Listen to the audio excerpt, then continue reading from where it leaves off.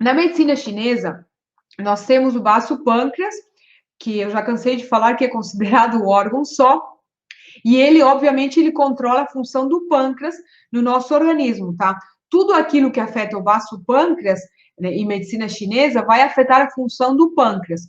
Portanto, a propensão a ter diabetes é maior quando existe uma disfunção energética no baço pâncreas. Este órgão, gente, ele está muito ligado à nossa alimentação. Ele, junto com o estômago, eles pertencem ao elemento terra na medicina chinesa. O estômago e o baço pâncreas, eles pertencem ao elemento terra. E é a terra que produz o alimento. Vejam que coisa mais curiosa e mais linda, né? O baço pâncreas, ele capta os alimentos que foram triturados pelo estômago, tá? E ele produz energia através desses alimentos. Então, ele pega esses alimentos e ele produz energia extraída desses alimentos, tá? Nós temos no nosso corpo dois órgãos que produzem energia, né? Que é o baço, como eu falei antes, que é através dos alimentos, e o pulmão, através da respiração, através do ar que respiramos, tá? Mas, enfim, falando no assunto que a gente está falando hoje, sobre diabetes, nesse caso, o baço, ele é responsável pela produção de sangue, certo? Então, o baço, ele também é responsável pela produção de sangue. Por quê? Porque é onde entra a matéria-prima, na verdade. É onde entra a matéria-prima, é por isso que ele produz o sangue. A matéria-prima são os alimentos. Prestem bem atenção. Ele é responsável pela produção de sangue, ele produz o sangue. O fígado, ele vai distribuir sangue para todos os órgãos, para todo o nosso organismo, mas é o baço que produz o sangue, que ele extrai isso da matéria-prima, que são os alimentos. Vejam bem o que acontece. Se o seu baço ele está com deficiência energética, porque além de sobrecarregá-lo com a nossa alimentação, a gente também sobrecarrega o nosso baço com preocupações, por exemplo, o que vai acontecer é que ele não vai conseguir produzir o sangue, porque ele está muito sobrecarregado. A gente vive preocupado, não se alimenta bem, então ele não consegue produzir sangue. Então o fígado, gente, ele não vai receber sangue do baço, o coração, ele não vai receber sangue, o seu pulmão, ele não vai receber sangue, que precisa também para respirar. Vejam bem como que é importante.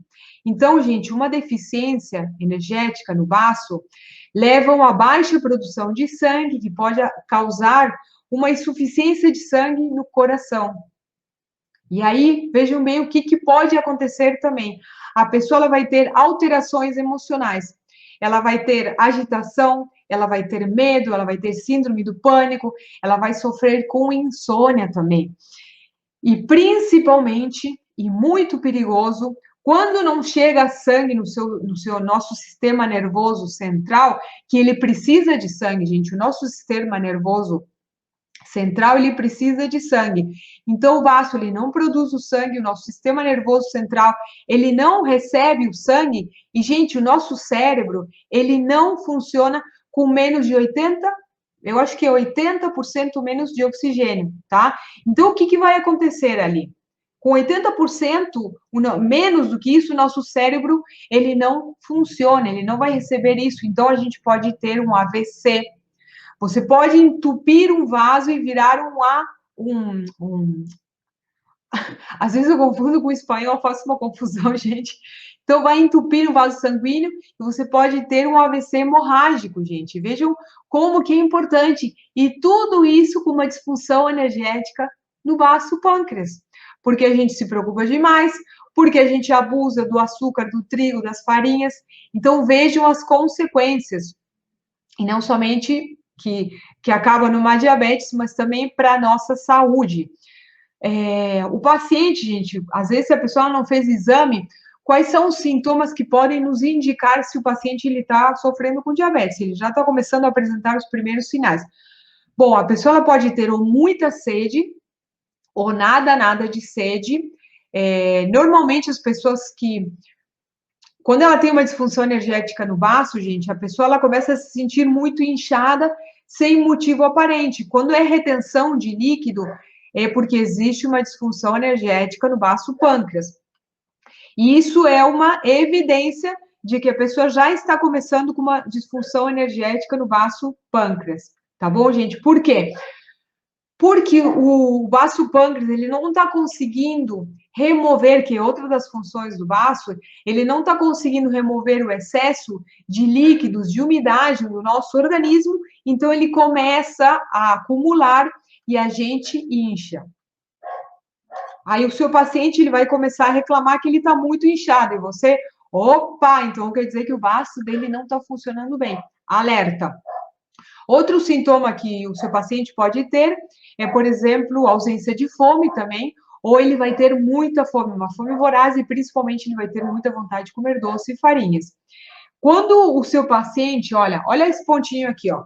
Quando o seu paciente ele tiver muita fome, isso vai estar no PDF, gente, tá? Quando o seu paciente ele estiver com muita fome, tem um pontinho aqui, vou marcar nessa mão, que ele é muito bom para reduzir essa ansiedade pela comida, essa vontade de comer doce. Deixa eu colocar aqui nas duas câmeras. Para quem é aluno, esse ponto é o A13, tá? Ele fica um pouquinho acima do A12. O A12 fica aqui embaixo, nessa linha, tá? Opa. Esse é o A12. O de baixo é o A12. O de cima é o A13, gente. Esse ponto é para quando a pessoa ela sente muita fome, muita ansiedade pela comida. Então, esse ponto aqui, o A13, que é o que está em cima, ele vai ajudar a controlar essa vontade essa ansiedade pela comida, na verdade. Esse ponto eu vou colocar no PDF, tá bom? Então, se o seu paciente ele tem muita fome, esse pontinho aqui ele vai ajudar a regular essa fome, tá bom, gente? Outro sintoma que a pessoa pode sentir também, que tem relação com o baço pâncreas, é fadiga, tá? É uma fadiga, assim, um cansaço. Outro sintoma que essa pessoa ela pode ter é perda de peso. Assim, do nada, essa pessoa ela começa a emagrecer sem motivo aparente, tá bom?